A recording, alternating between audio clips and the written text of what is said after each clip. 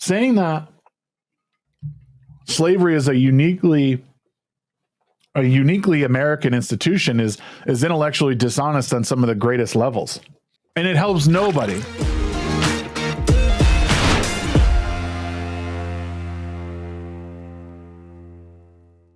Arkasul continues saying, also maybe play the trailer again. We've got new people in chat. Set the stage for what you're talking about. Sure. I have no problem playing it again. Let me bring it back here.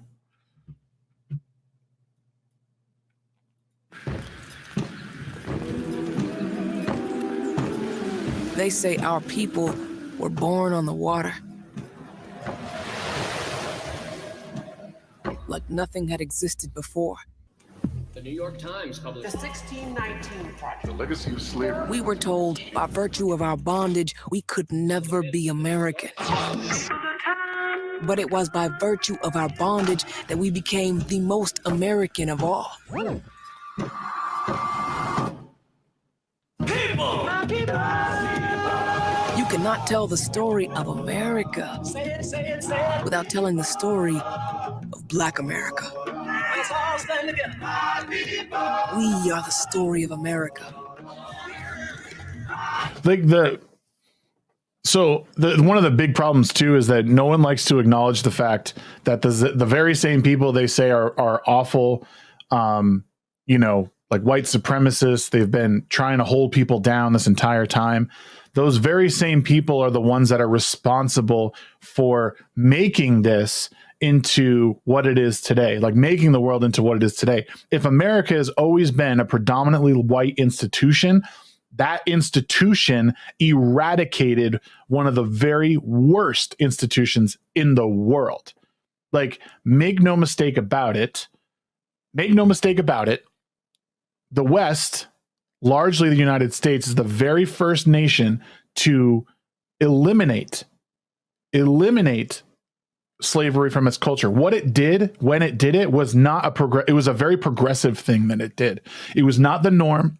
There were not people walking around in the time that we did do it saying we need to eradicate slavery. The West was very much the only people. Britain was the West. So Britain is a part of that. Like Western nations would be a part of that. This is the 1619 Project. So everyone gets the chance to see that come January 26th. Yes, the British they did outlaw it first. What I'm saying is at the time, it was not something that was being heralded as something that needed to be done immediately. The West was the first to start doing it. And actually, I did know that, Heron. I was reading something recently about that very thing. People just don't realize. People don't realize what has really been going on. And again, there's a way to tell this story without demonizing an entire group of people. And that's the issue. Was slavery present in the United States when it was founded? Yes. Like 90% of the world, 95% of the world at the time. It doesn't make it right. The problem with the 1619 Project is that it applies modern day morals and ethics to a time that it's not even comparable.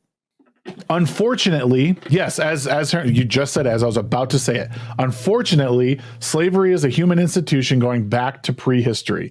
And it's never been a racial thing. This is something that Soul talks about a lot. It's never been a racial thing. It's always been a power thing, like a class thing. So not a power thing. Of course, it's a power thing. It's more predominant in a class, like the class above is always enslaving the lower class in one way or another.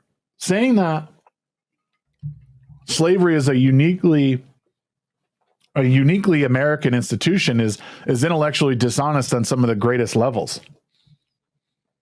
And it helps nobody, right? This story, the 1619 story or project, can be told in a way that's not racially divisive, but that's the point. Because all this stuff was spawned out of George Floyd and all that. Or it was right before that. But like the tensions were heating up, and Floyd was a flashpoint for it all. I strongly disagree with the premise of the 1619 Project. And that is largely why we're doing this right now, why I'm sitting here saying, be careful of the stuff you consume because there's largely an agenda behind it. You know, there's almost always that agenda behind it.